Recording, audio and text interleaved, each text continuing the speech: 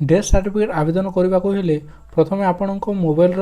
किंबा आपण computer laptop Google browser को आसिकी सेठी आपण को यूएलबी ओडिशा सर्च करने को पड़ो जितेबाला आप यूएलबी ओडिशा सर्च करेंगे आपड़ देखिपे प्रथम जो बर्थ एंड डेथ ओडिशा लिखाई से आपन को क्लिक करने को पड़ो जितेबाला आप क्लिक करेंगे आपड़ देखिपे तार ऑफिशियल साइट को आसला आपड़ ए देखिपे ये जो 2 नंबर सिटीजन सर्विस लिखाई ये आपन को क्लिक करने को पड़ो जितेबाला आप सिटीजन सर्विस से क्लिक करेंगे आपन को पुणी 2टी ऑप्शन देखा देखिपे गोटे है ऑनलाइन बर्थ सर्विस आ गोटे है ऑनलाइन डेथ सर्विस। तो आमको जेहेतु डेथ सर्टिफिकेट आवेदन करार अच्छी तेणुक आम ए ऑनलाइन डेथ सर्विस क्लिक करूँ तापर देखो ये एप्लाय सर्टिफिकेट तापर रजिस्ट्रेशन स्टेटस यहाँ रजिस्ट्रेशन करेक्शन सब देखिए जेहेतु आमको नुआ आवेदन करार अच्छी तेणुक आम ये एप्लाय सर्टिफिकेट क्लिक करवा क्लिक कलापर देखो बंधुगण जे यहाँ आसो ये आपको क्लोज करार अच्छी तापर देखो ये जो बेसिक डिटेल्स लिखाई कौन करने को पड़ो ये आपको डिस्ट्रिक्ट चयन करने को पड़ो जेहेतु मुझे बलांगीर तेणुक बलांगीर चयन कली तापर देखो यहाँ जो रजिस्ट्रेशन यूनिट जेहेतु मुझे टिटलागढ़ म्यूनिसिपालिटी तेणुक टिटलागढ़ म्यूनिसिपालिटी चूज कली तापर देखो यहाँ जो डेथ के तारीख डेथ होती से तारीख चयन करने को पड़ो यार मो बापा आवेदन कर 1 तारीख होता तेणुक 1 चयन कली तापर देखो जदि आप रजिस्ट्रेशन नंबर ना ताल आप एठी क्लिक करके आप मोबाइल नंबर भी सर्च करेंगे किंबा एठी आप सर्च बा अदर डिटेल्स क्लिक करके आप मृतकों ना एठी देखी तापर देखो ये जेंडर देखी हॉस्पिटल को हॉस्पिटल मृत्यु होते सेटा देखिए सर्च करेंगे जेहेतु मोर अच्छी तेणुक मुझे जो रजिस्ट्रेशन नंबर अच्छी तेणुक मुझे रजिस्ट्रेशन नंबर देखी मुझे आवेदन करी रजिस्ट्रेशन नंबर जहाँ देलापर आप तले देखिए तले सर्च लिखाई ये सर्च मत क्लिक करवा अच्छी एमती आप सर्च क्लिक करेंगे तापर देखो तले डिटेल्स आसीज ये मृतकों तार ना डिटेल्स आसीज आ सैट्रे एमती सैट करेंगे ये एक्शन तले आप देखिपारे 3 डॉट अच्छी ये आप क्लिक करने को पड़ो क्लिक कलापर सैट्रे देखिपारे एप्लाय लिखाई एप्लाय क्लिक करने को पड़ो जितेबाला एप्लाय क्लिक करेंगे आप रजिस्ट्रेशन समय जो मोबाइल नंबर देते से मोबाइल नंबर को ये क्लिक देवाक पड़ो तो मुझे मोबाइल नंबर देती से देदेছি मोबाइल नंबर देलापर ये सेंड ओटीपी रे क्लिक करी तो सेंड ओटीपी रे क्लिक कलापर आपण रजिस्ट्रेशन नंबर को गोटे ओटीपी आसो से ओटीपी को आपको ये देवाक पड़ो तो मो ओटीपी आसवा देसी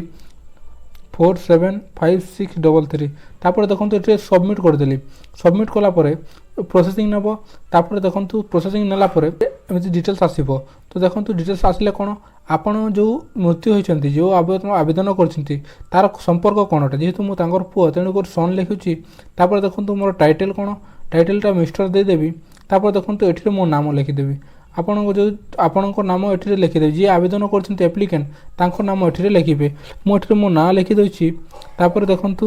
मोर फास्ट नेम दे आसी फास्ट नेम रवि लिखिनेली तापर देखो लास्ट नेम रे मोर टाइटल जहाँ अच्छी ना के लिखिदे तापर देखो यहाँ प्रूफ आईडी रे एथिरे मु आधार कार्ड देवी तेणुक आधार कार्ड देदेছি तापर देखो ये जो प्रूफ ऑफ आइडेंटिटी नंबर देदेছি ये मो आधार कार्ड जेहेतु ये देती तेणुक आधार नंबर देदेवी मो आधार कार्ड नंबर देलापर देखो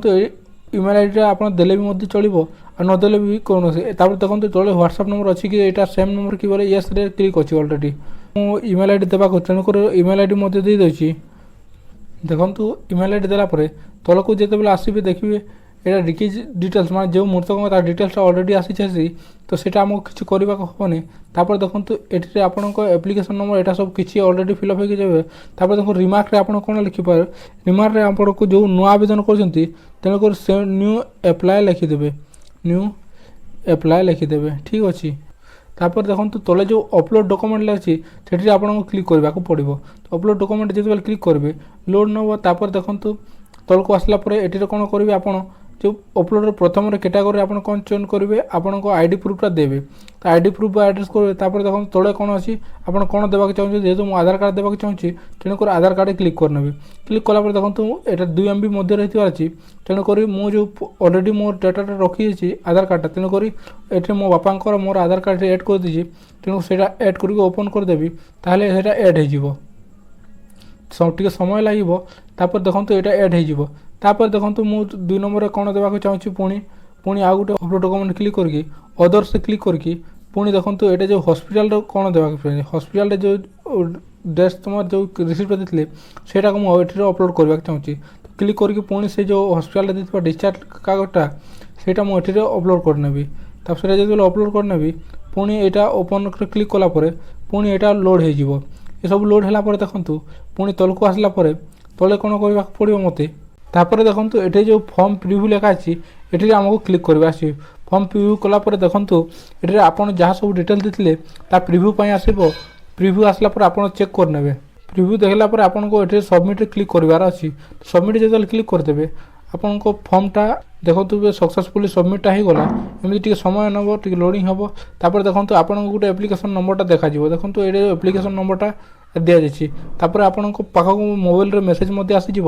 ତାପରେ ଦେଖନ୍ତୁ ଆପଣ ଏଇ